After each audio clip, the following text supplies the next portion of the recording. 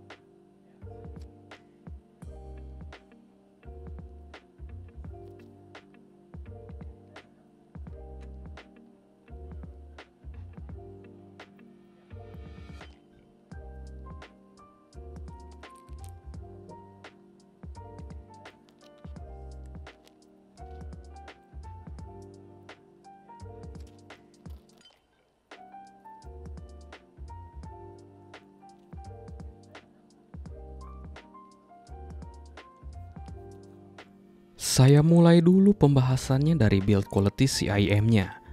Bodinya ini dibuat dari bahan plastik ya, tapi plastiknya lumayan solid, nggak ringkih. Saya yang perfeksionis juga nggak nemuin keanehan dari build si IM-nya. Ini juga dia modelnya semi open ya, semi open back. Ini saya rasa lumayan berpengaruh ke stage-nya yang lumayan oke untuk harganya, nanti saya bahas juga. Untuk si pinnya ini QDC. Untuk ear hook-nya ini kaku banget ya, saya jujur aja agak merasa terganggu. Untuk kabelnya 4 core kabel hitam kayak kabel KZ loh. Yang saya punya ada mikrofonnya, dia ada klik satu tombol doang. Untuk suara mikrofonnya saya sertain di sini. Ini merupakan sound test dari mikrofon TRN MT1 Pro. Tes 1, 2, 3, tolong subscribe channel saya. Untuk penampakan saat IM-nya digunakan, saya sertakan di sini.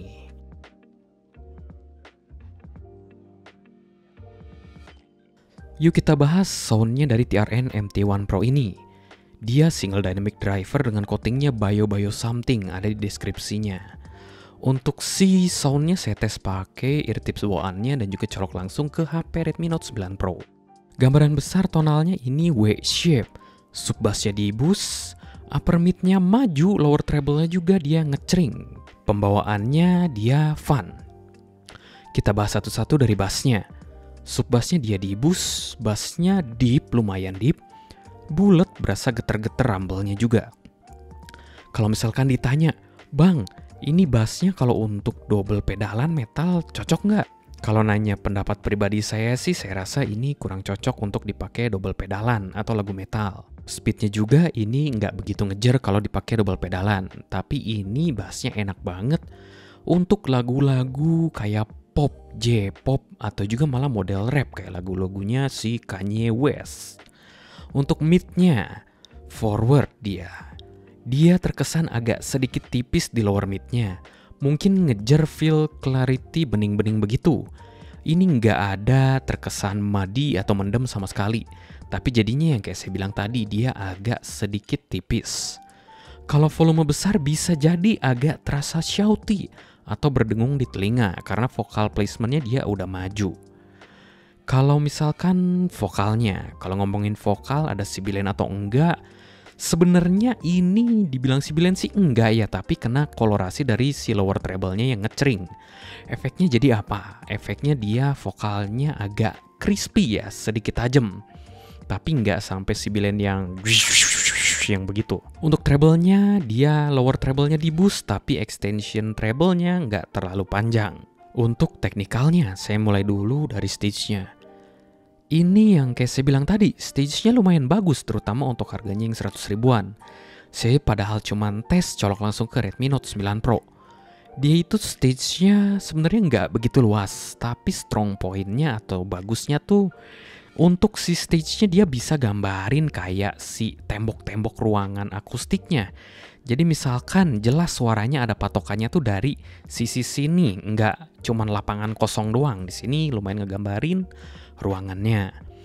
Untuk si bentuk stage-nya ini lumayan simetris, tapi memang nggak begitu luas. Untuk imaging-nya sebenarnya ya biasa aja, jujur aja.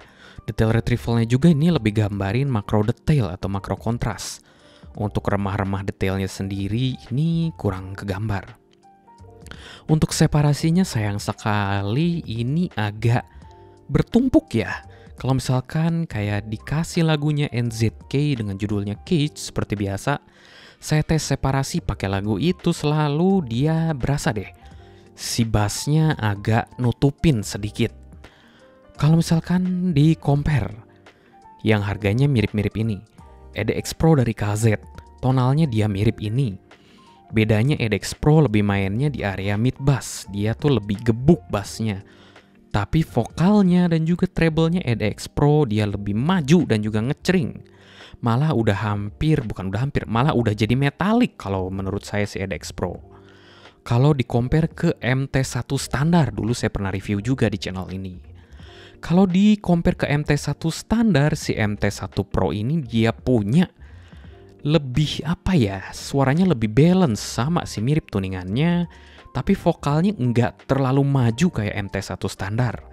Kalau misalkan kalian yang emang berminat beli TRN MT1, kalau belum beli, saya saranin beli aja yang TRN MT1 Pro.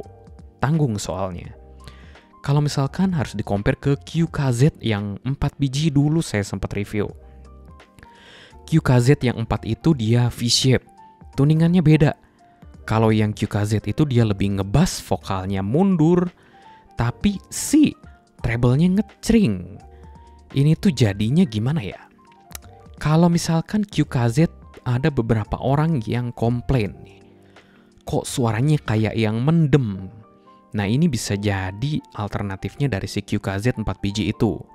Yang ini dia punya mid-nya lebih maju dan juga lebih ngecering, lebih ngegambarin kesan clarity ya. Kalau misalkan ditanya kesimpulannya jadi apa bang? Ini worth it atau enggak? Kalau memang dirasa ya deskripsi suaranya yang saya jelasin tuh cocok sama apa yang kalian cari ya sebenarnya worth it aja. Karena balik lagi, kalau audio ya sebenarnya pasti personal dan subjektif. Kalau nanya worth atau enggak harus sesuaiin juga ke diri kalian masing-masing. Budgetnya di berapa? Cari suaranya yang kayak apa? Ya itu cocok-cocokin sama si IM-nya. Kalau dari saya paling seperti itu. Kalau misalkan mau nanya dibanding IM ini, IM itu, atau segala macamnya, tanya aja udah di kolom komen tersedia.